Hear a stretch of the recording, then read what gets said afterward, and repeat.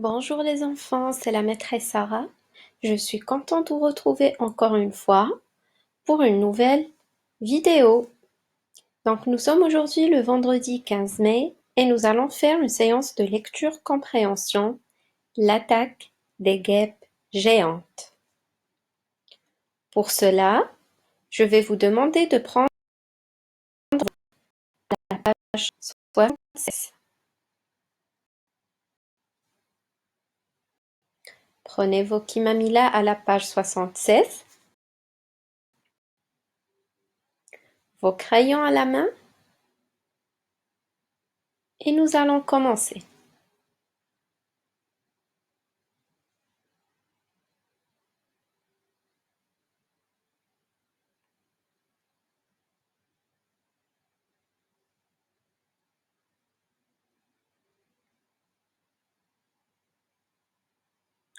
Je commence une première lecture, suivez bien avec moi. L'attaque des guêpes géantes. Kimamila est venue dans un véhicule magique. Quand on entre dedans, on devient minuscule. L'après-midi, Manu, Alori et Lila, leurs voisines, partent avec Kimamila à la recherche des abeilles dans sa belle machine. Alori aperçoit une abeille. Suivons-la, propose Manu. Elle nous conduira peut-être à la reine.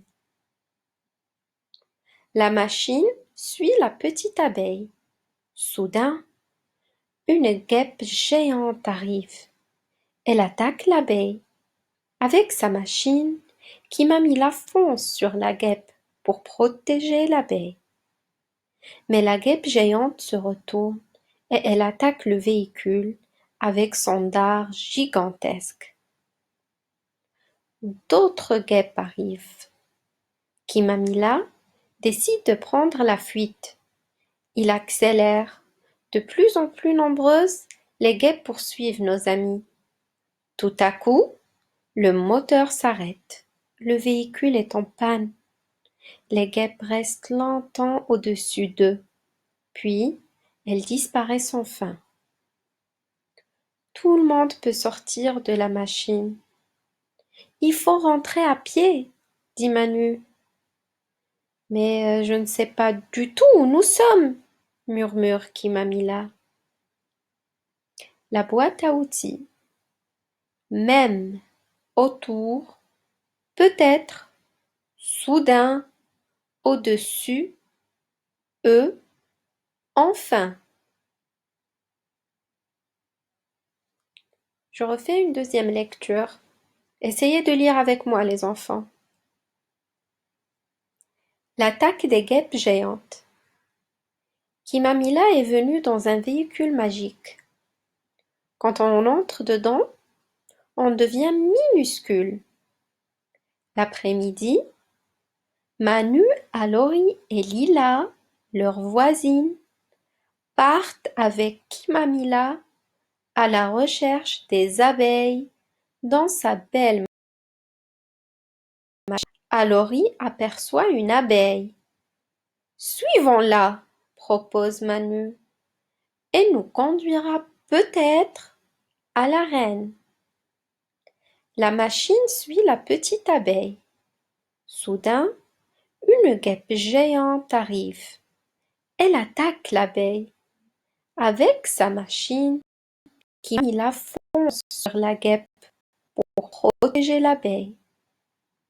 Mais la guêpe géante se retourne et elle attaque le véhicule avec son dard gigantesque. D'autres guêpes arrivent. Kimamila décide de prendre la fuite. Il accélère. De plus en plus nombreuses, les guêpes poursuivent nos amis. Tout à coup, le moteur s'arrête. Le véhicule est en panne. Les guêpes restent longtemps au-dessus d'eux. Puis, elles disparaissent enfin. Tout le monde peut sortir de la machine. Il faut rentrer à pied, dit Manu. Mais je ne sais pas du tout où nous sommes, murmure Kimamila. La boîte à outils, même, autour, peut-être, soudain, au-dessus, eux, enfin.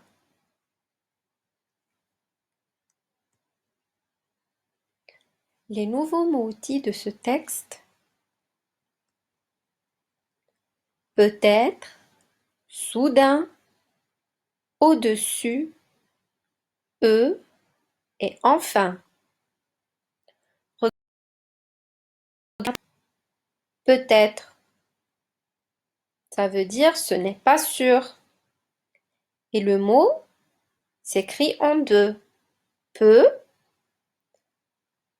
on a un petit trait d'union, et le verbe être. Peut-être, on fait la liaison. Peut-être. Deuxième mot, soudain, avec le 1 A-I-N. Soudain, ça veut dire tout à coup. Au-dessus, là aussi, ça s'écrit en deux mots. Le moyen O, A-U, trait d'union, dessus, avec un S muet à la fin. E, E, E, U, X, qui est bien sûr muet à la fin. Alors, E, quand je parle de plusieurs personnes, je vais dire moi quand je parle de moi, lui quand je parle d'un garçon par exemple, eux quand je parle de plusieurs personnes. Et nous avons le mot enfin, ça veut dire finalement. Il faut apprendre à les écrire par cœur, les enfants. Passons maintenant aux exercices.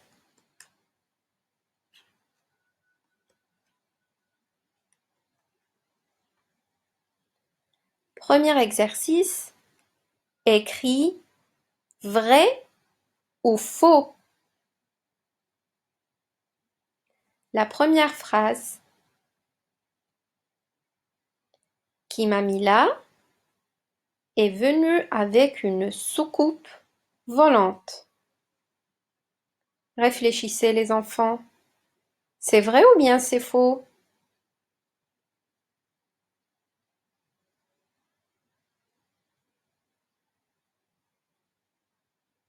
Nous avons la réponse dans la première phrase. Kimamila est venue dans un véhicule magique. Donc ce n'est pas une soucoupe volante, mais on l'appelle ici un véhicule magique. Donc nous allons écrire faux. Deuxième, une guêpe géante attaque une abeille. Une guêpe géante attaque une abeille.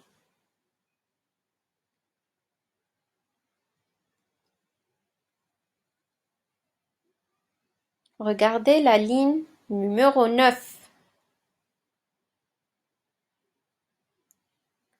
Soudain, une guêpe géante arrive, elle attaque l'abeille.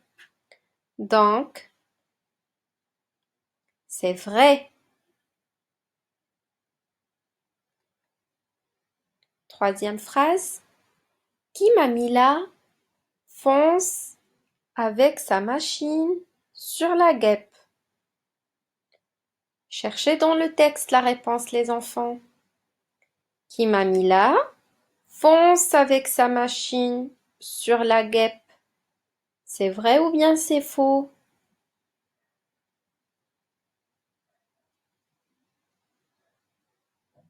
Vous avez trouvé? Regardons. La ligne numéro 10. Avec sa machine, Kimamila fonce sur la guêpe. Donc, nous allons écrire vrai. La dernière phrase maintenant. Les guêpes géantes poursuivent Petit-Tout. Les guêpes géantes poursuivent Petit-Tout. C'est vrai ou faux?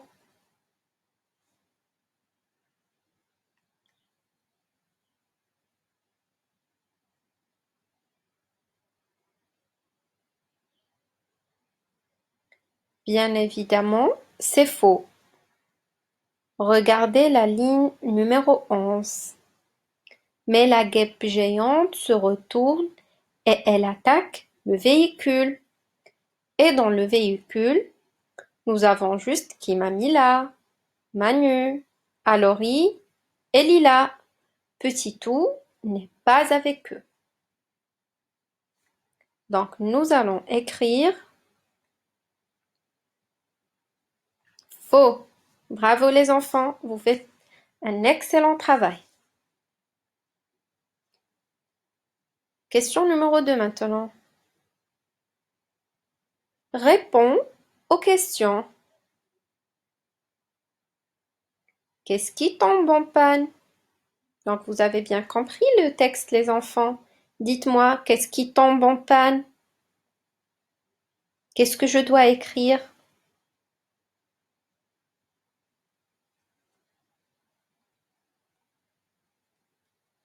Bien, c'est le véhicule qui tombe en panne.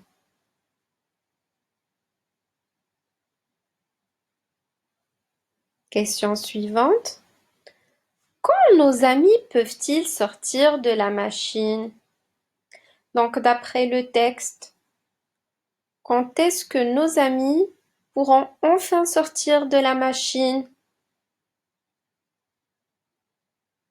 Quand les guêpes les attaquent? Bien sûr que non. On va écrire ils peuvent sortir de la machine quand les guêpes disparaissent.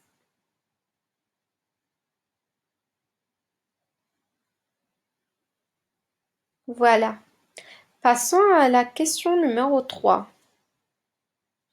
Troisième exercice.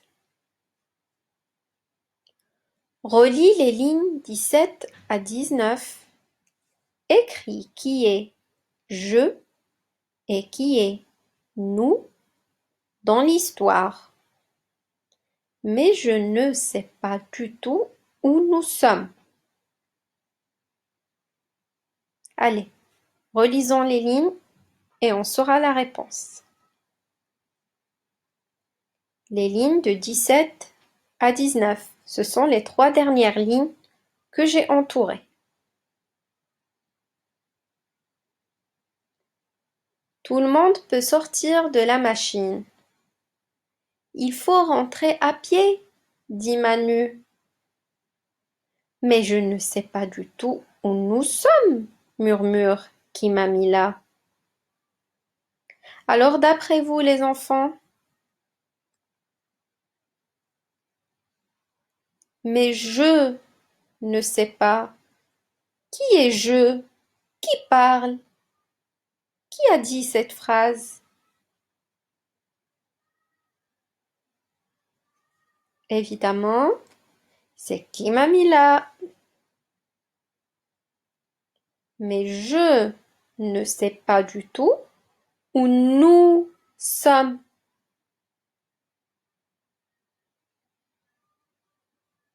Qui est nous dans l'histoire? De qui parle Kimamila? Bien sûr, il parle de ses amis avec qui il est et de lui-même. Donc nous, c'est Kimamila lui-même, Manu, Alori et Lila. Donc je, c'est qui m'a mis là parce que c'est lui qui parle. Nous, c'est qui m'a mis là, il parle de lui-même avec ses amis Manu, Alori et Lila. Bien les enfants, passons maintenant à la page suivante. Et l'exercice numéro 4. Sépare les mots, puis réécris la phrase. Vous avez l'habitude maintenant. Allez-y les enfants. Séparez les mots et nous allons réécrire la phrase.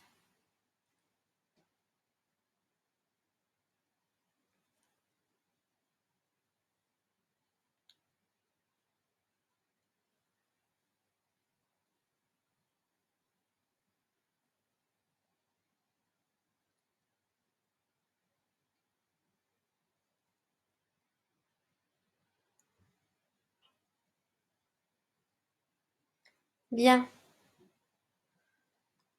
Donc voici les mots. Les guêpes attaquent la machine de qui m'a mis là. Et nous allons écrire la phrase correctement. Les guêpes attaquent la machine de Kimamila. Et bien sûr, le cas de Kimamila, on doit l'écrire en majuscule parce que c'est un nom propre.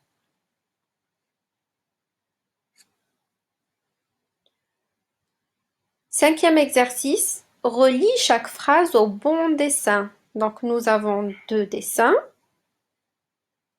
et les 2 phrases. Les soldats préparent une attaque et le chien attaque le voleur. Bien évidemment, nous allons relier la première phrase avec le deuxième dessin où on voit des soldats et la deuxième phrase avec le premier dessin où on voit le chien attaquer un voleur. Entoure le mot identique dans ces 2 phrases. Entoure le nom en bleu, entoure le verbe en rouge. Les soldats préparent une attaque. Les chiens attaquent le voleur. Quel est le mot qui se répète les enfants? C'est le mot attaque. Très bien. Mais regardez bien, il n'a pas le même sens dans les 2 phrases. Les soldats préparent une attaque. Le chien attaque le voleur. Donc, où est le nom ici?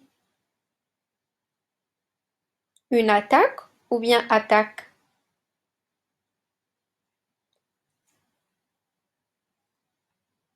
Bien sûr, une attaque. Attaque est un nom. Le chien attaque le voleur. Ici, attaque est un verbe. Du verbe attaquer. Donc, dans le deuxième cas, attaque, c'est un mot d'action. Le chien attaque le voleur.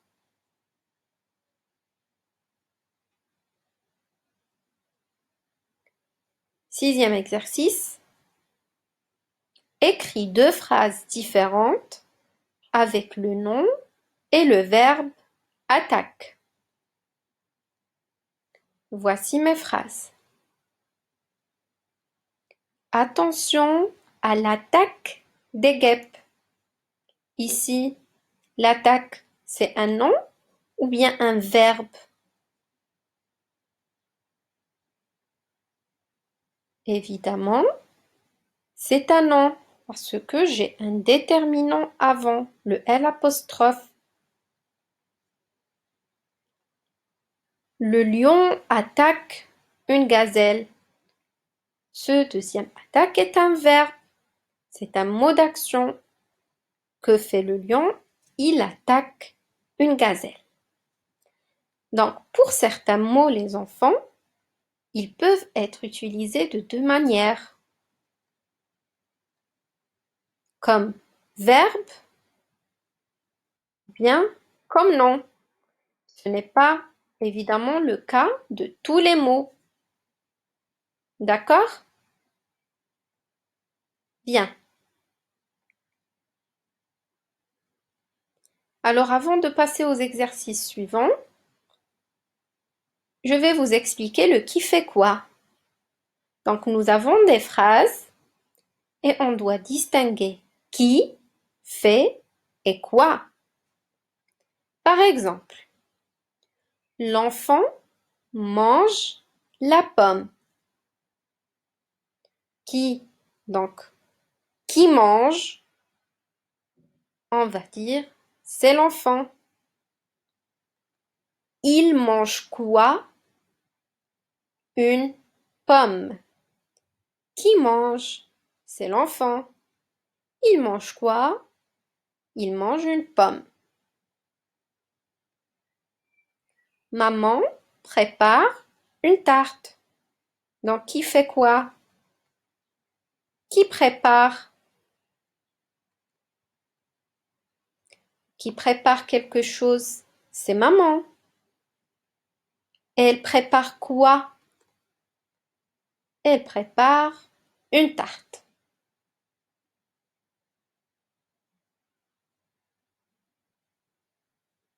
Passons à l'exercice suivant maintenant. Exercice numéro 7. Dis ce qui est pareil et ce qui change dans ces dessins. Regardez bien les dessins. Regardez la fille. Qu'est-ce qu'elle fait? On voit que dans le premier dessin, elle regarde une fourmi.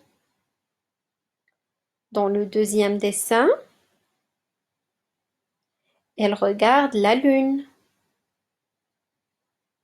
Et dans le dernier dessin, elle regarde une fleur. Donc ce qui est pareil, on a la même fille. Qu'est-ce qui change? Ce qu'elle regarde. Donc, elle regarde une fourmi, puis elle regarde la lune, puis elle regarde la fleur. Donc, la fille regarde. C'est la même fille qui fait la même chose.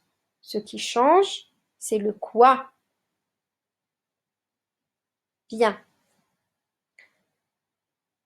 8e exercice maintenant, et vous allez mieux comprendre. Donc, dis ce qui est pareil et ce qui change dans ces phrases. L'enfant regarde. L'enfant regarde une fourmi. L'enfant regarde la lune.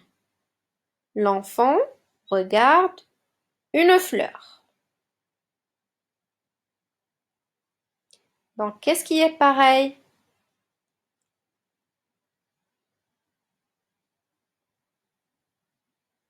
C'est l'enfant regarde. Dans les 4 phrases, nous avons l'enfant regarde. Et qu'est-ce qui change? La phrase A, nous n'avons rien de plus. La phrase B, nous avons une fourmi. La phrase C, la lune. La phrase D, une fleur. Donc, c'est ce qui change.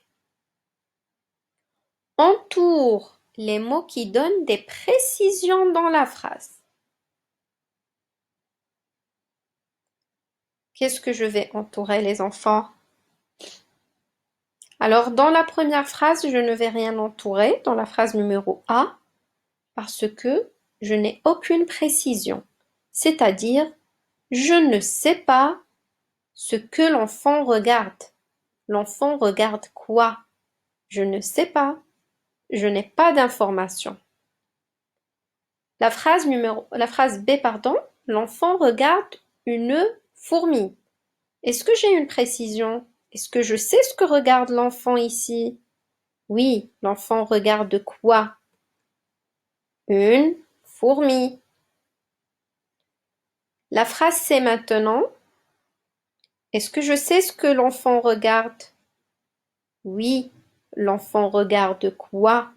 L'enfant regarde la lune. Donc, c'est la lune qui nous donne une précision. Et la phrase D, l'enfant regarde quoi? L'enfant regarde une fleur.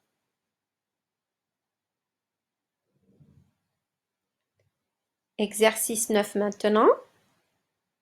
Lis ces deux phrases, entoure ce qui change, puis dessine. Le renard attrape une poule. Le renard attrape un lièvre. Je relis. Le renard attrape une poule. Le renard attrape un lièvre. Qu'est-ce qui change? Bien sûr, le quoi? Une poule et un lièvre. Voilà, je compte sur vous les enfants pour me faire de jolis dessins.